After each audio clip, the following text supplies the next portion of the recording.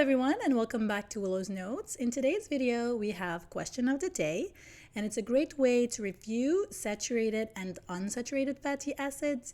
So pause the video, read the question, try to answer it, and then hit play to go over the answer together. The question is, which fatty acid is likely to be liquid at room temperature? And we have two options. One, which is a saturated fatty acid, and two, which is a cis unsaturated fatty acid. To answer this question, first, let's review together what is the difference between the two. Remember that the R group is what differentiates one amino acid from another. In fatty acids, the first thing that differentiates is the length of the hydrocarbon. In this particular sketch, we have C16, which is palmitic acid. Now, of course, you're not required to know the names of the fatty acids. The second thing is whether or not they are saturated. Let's start with saturated fatty acids. Saturated means soaked. Soaked with what? With hydrogen.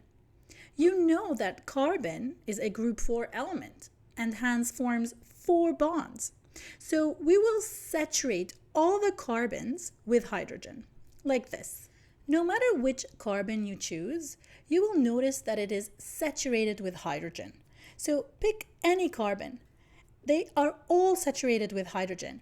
What this means is that there is no room for a double bond between two carbon atoms. And that's why in a saturated fatty acid, all the bonds are single covalent bonds. In unsaturated fatty acids, not all the carbons are saturated with hydrogen. As you can see, these two carbons are missing their fourth bond. And that's why these two carbons will bond with each other, forming a double bond. Some unsaturated fatty acids are monounsaturated, which means they have one double bond, and some could be polyunsaturated, meaning they have more than one double bond. Nearly every double bond in naturally occurring fatty acids is a cis double bond, which means that the hydrogens are on the same side of the double bond, versus in trans, where the hydrogens are facing opposite sides of the double bond. Saturated fatty acids and trans-unsaturated fatty acids are straight in structure, whereas cis-unsaturated fatty acids form a bend in the site where the double bond occurs. To make sketching fatty acids easy, we use zigzag lines where each bend is a carbon. And you can clearly see the difference between a saturated fatty acid, which has a straight structure, versus a cis-unsaturated fatty acid that is bent at the site of the double bond. Let's also quickly review what are fats. Fats are composed of glycerol, the pink region, and fatty acids. In fact, 3 fatty acids, and that's why fats are also called triglycerides. If the fatty acids within the fat are saturated, then we say that this is a saturated fat. If one of the fatty acids is unsaturated, then we call the whole fat an unsaturated fat. Let's finally answer the question. Here I have a rough sketch of saturated fats and unsaturated fats.